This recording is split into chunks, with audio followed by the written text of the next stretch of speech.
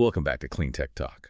Today we're doing a deep dive into the true economics of commercial dry ice blasting machines. If you've looked into this stuff, you know the price range is huge.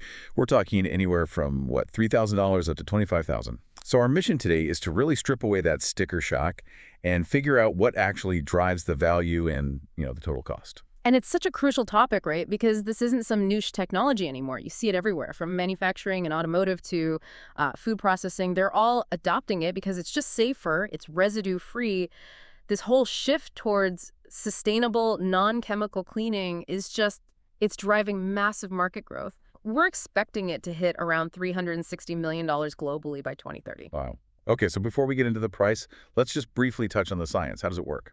It's actually a really elegant process. Basically, you take compressed air, you use it to accelerate these tiny frozen co-euro pellets. Right, the dry ice. Exactly. And when they hit the surface, they sublimate. They turn directly from a solid into a gas. So you get this powerful cleaning effect with no water, no chemicals, no secondary waste. None. That's the beauty of it. So then why the massive price gap? What's going on there? It really comes down to two things: continuous output and durability. You can basically group them into three tiers. Okay. So your entry-level machines, maybe $3,000 to $6,000, they have a pretty low output. We're talking like 0.3 to 0.6 pounds of dry ice per minute. Then your mid-range doubles that. But the premium systems, the ones that are 12 to 25,000, those are built for, 247 industrial use. They can push out 1.2 to over 2.0 pounds a minute continuously. Okay, that brings us to the Aolith AI30. It's priced at just over $3,000, so it's squarely in that entry-level bracket.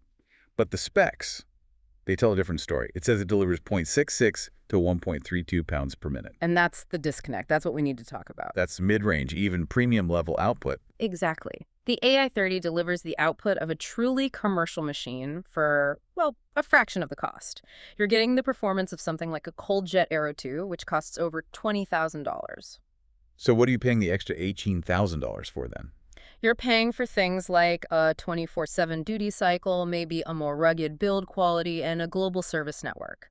But, and this is a huge but, no matter which machine you buy, you cannot compromise on your air supply. The external compressor. Right. You absolutely need a dedicated, reliable 10 horsepower compressor minimum, and probably a 150-gallon tank to go with it. Okay, so that compressor is a big hidden cost right there. Yeah. That completely changes the total cost of ownership conversation. It does, but the biggest operational expense, by far, is the dry ice itself. I was going to ask about that. Yeah, these machines, they average around 40 pounds of consumption an hour.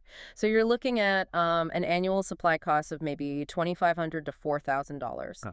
Then you've got to power that big compressor, so add another, say, $600 to $1,200 for electricity, and maybe a few hundred for maintenance on hoses and nozzles. But those operating costs must be offset by the efficiency gains, right? I mean, the ROI data looks pretty compelling. That's the payoff. Absolutely. I mean, data from CleanLink shows dry ice blasting with a machine like the AI30 costs about $90 per 1,000 square feet. And the downtime. Just 2 hours. Compare that to chemical cleaning, which is often double the cost, around $180, and takes 5 hours of downtime. So you're back up and running way faster. Way faster. Users are reporting labor cost reductions of up to 60% and downtime cuts of 70%. Which means you get your money back quickly. Very quickly. The typical ROI is somewhere between 8 and 12 months. And if you connect that fast return to the bigger picture, you get all the environmental benefits too. Precisely. Dry ice is non-conductive, it's not abrasive, there's zero water runoff. You completely eliminate chemical residue. In fact, some EPA data shows it can cut your VOC emissions by 40% compared to using traditional solvents. So what we've found is that you can get high-value commercial-grade output for a pretty low initial investment. But that operational cost, the dry ice consumption, that's a constant no matter what you paid for the machine. That's right. Which leaves us with a final thought for you to chew on. Yeah. Given that high consumption rate, around 40 pounds an hour, how might a business optimize its dry ice pellet logistics to make sure they maximize that really short 8 to 12-month ROI window?